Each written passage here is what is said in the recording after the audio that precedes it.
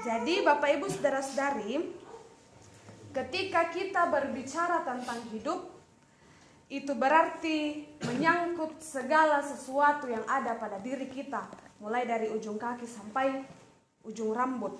Totalitas semua yang ada pada diri kita, tangan, kaki, termasuk bergerak, nafas, itu adalah hidup, semua yang ada pada diri kita.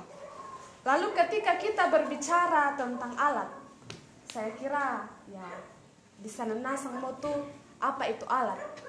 Alat adalah sesuatu yang dapat membantu seseorang dalam membuat, memperbaiki atau membuat sesuatu.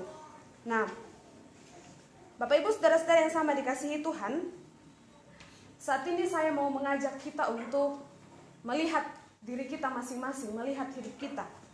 Perhatikan dari ujung kaki sampai ujung rambut. Kira-kira alat apa tuh yang ada pada diri kita? Alat apa yang ada pada diri kita?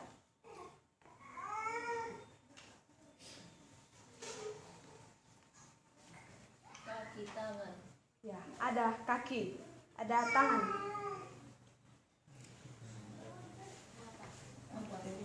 Ada mata, ada telinga, mulut, dan masih banyak lagi. Nah, tentunya Bapak Ibu saudara-saudari, alat-alat umum itu ada juga alat-alat khusus. Iya. Ya, Alat-alat umum itu tadi, alat-alat khusus ada juga. Iya.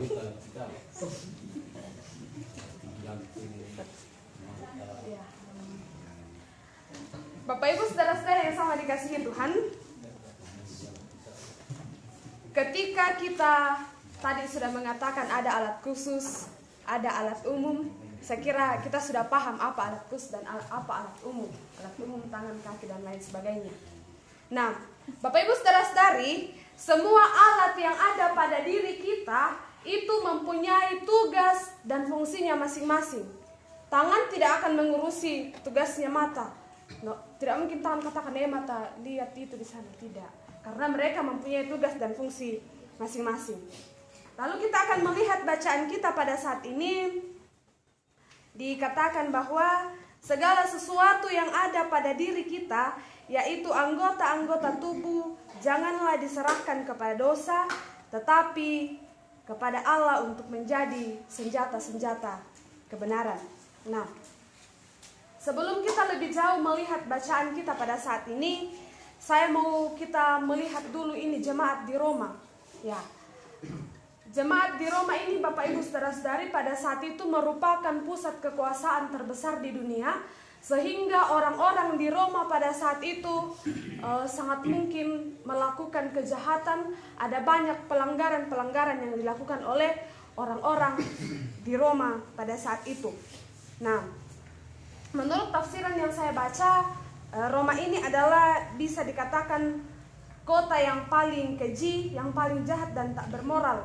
Sehingga ya bisa kita bayangkan bahwa memang pusat pelanggaran ada di sana ya.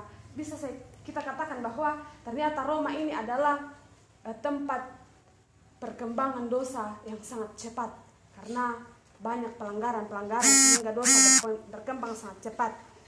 Di Roma ini Bapak Ibu saudara-saudari, terjadi segala bentuk pelanggaran, mulai dari pencabulan, persinahan, perampokan, kebohongan, kesombongan, perbudakan, penyembahan berhala, kerja paksa, pembunuhan, dan masih banyak lagi. Lalu ketika di tengah banyaknya pelanggaran, di tengah banyaknya dosa pada saat itu, terbentuklah atau berdirilah sebuah gereja, sebuah jemaat di Roma. Jadi dapat kita bayangkan Bapak Ibu saudara-saudari, bagaimana kehidupan jemaat di Roma pada saat itu. Mereka tertekan, mereka sangat akan susah menyesuaikan diri dengan lingkungan yang notabene-nya adalah sarang kejahatan. Sehingga inilah yang menjadi tujuan Paulus, mengapa Paulus menulis surat di Roma, lalu kemudian memberikan nasihat-nasihat, termasuk bacaan kita pada saat ini. Di ayat yang ke-13 saya bacakan sekali lagi. Dan janganlah kamu menyerahkan anggota-anggota tubuhmu kepada dosa untuk dipakai sebagai senjata kelaliman, tetapi serahkanlah dirimu kepada Allah sebagai orang-orang yang dahulu mati, tetapi yang sekarang hidup, dan serahkanlah anggota-anggota tubuhmu kepada Allah untuk menjadi senjata-senjata kebenaran. Ketika kita berbicara tentang anggota-anggota tubuh, berarti itu mengacu pada setiap bagian yang ada pada diri kita masing-masing. Bagian tubuh kita yang mewakili berbagai aspek kehidupan kita. Ada pikiran, ada mata, telinga, mulut, tangan, dan yang lain-lain yang bisa kita lihat dari diri kita.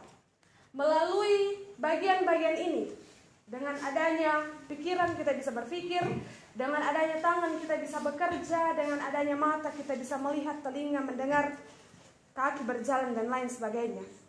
Tetapi Bapak Ibu saudara-saudari, ternyata pada saat-saat tertentu, kadang kita tidak sadar kemudian menyerahkan alat-alat ini kepada dosa.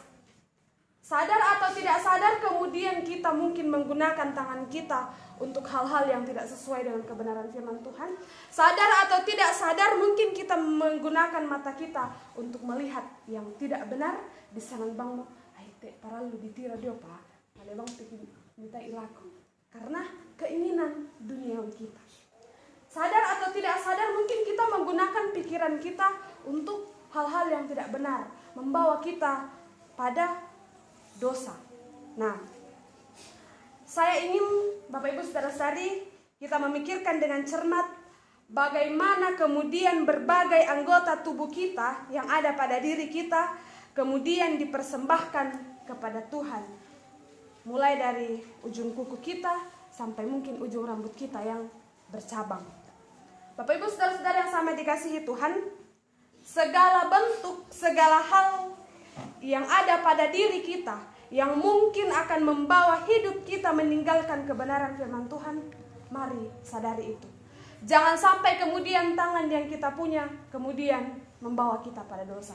Jangan sampai kemudian mata, pikiran yang kita punya kemudian tidak kita pakai sesuai dengan kebenaran firman Tuhan.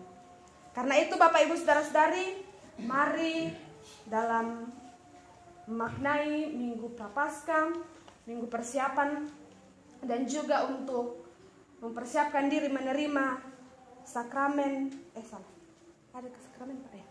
sakramen perjamuan kudus, kita betul-betul mempersiapkan segala sesuatu yang ada pada diri kita, mulai dari ujung kaki sampai ujung rambut, untuk betul-betul digunakan seturut dan sesuai dengan kebenaran firman Tuhan. Ada amin? Amin. Amin firman Tuhan.